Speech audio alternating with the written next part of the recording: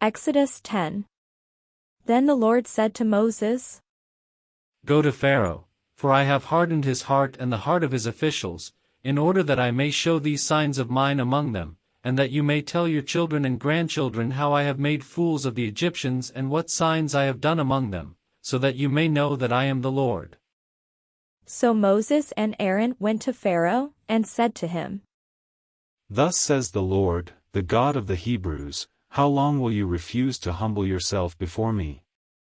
Let my people go, so that they may worship me. For if you refuse to let my people go, tomorrow I will bring locusts into your country. They shall cover the surface of the land, so that no one will be able to see the land. They shall devour the last remnant left you after the hail, and they shall devour every tree of yours that grows in the field. They shall fill your houses, and the houses of all your officials and of all the Egyptians, something that neither your parents nor your grandparents have seen, from the day they came on earth to this day. Then he turned and went out from Pharaoh. Pharaoh's officials said to him, How long shall this fellow be a snare to us? Let the people go, so that they may worship the Lord their God. Do you not yet understand that Egypt is ruined? So Moses and Aaron were brought back to Pharaoh, and he said to them, Go, worship the Lord your God. But which ones are to go? Moses said, We will go with our young and our old, we will go with our sons and daughters and with our flocks and herds, because we have the Lord's festival to celebrate. He said to them, The Lord indeed will be with you, if ever I let your little ones go with you.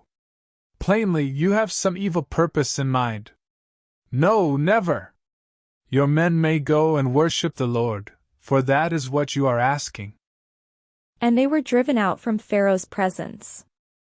Then the Lord said to Moses, Stretch out your hand over the land of Egypt, so that the locusts may come upon it and eat every plant in the land, all that the hail has left.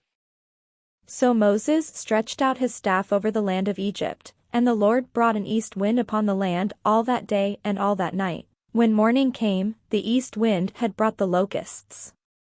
The locusts came upon all the land of Egypt and settled on the whole country of Egypt, such a dense swarm of locusts as had never been before, nor ever shall be again.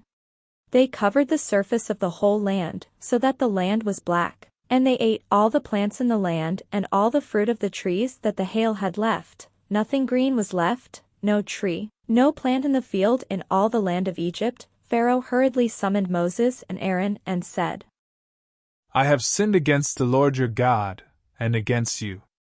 Do forgive my sin just this once, and pray to the Lord your God that at the least he remove this deadly thing from me. So he went out from Pharaoh and prayed to the Lord. The Lord changed the wind into a very strong west wind, which lifted the locusts and drove them into the Red Sea. Not a single locust was left in all the country of Egypt.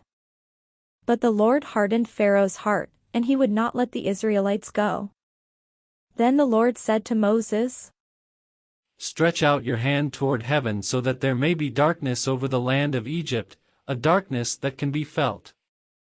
So Moses stretched out his hand toward heaven, and there was dense darkness in all the land of Egypt for 3 days. People could not see one another, and for 3 days they could not move from where they were, but all the Israelites had light where they lived. Then Pharaoh summoned Moses, and said, Go, worship the Lord. Only your flocks and your herds shall remain behind.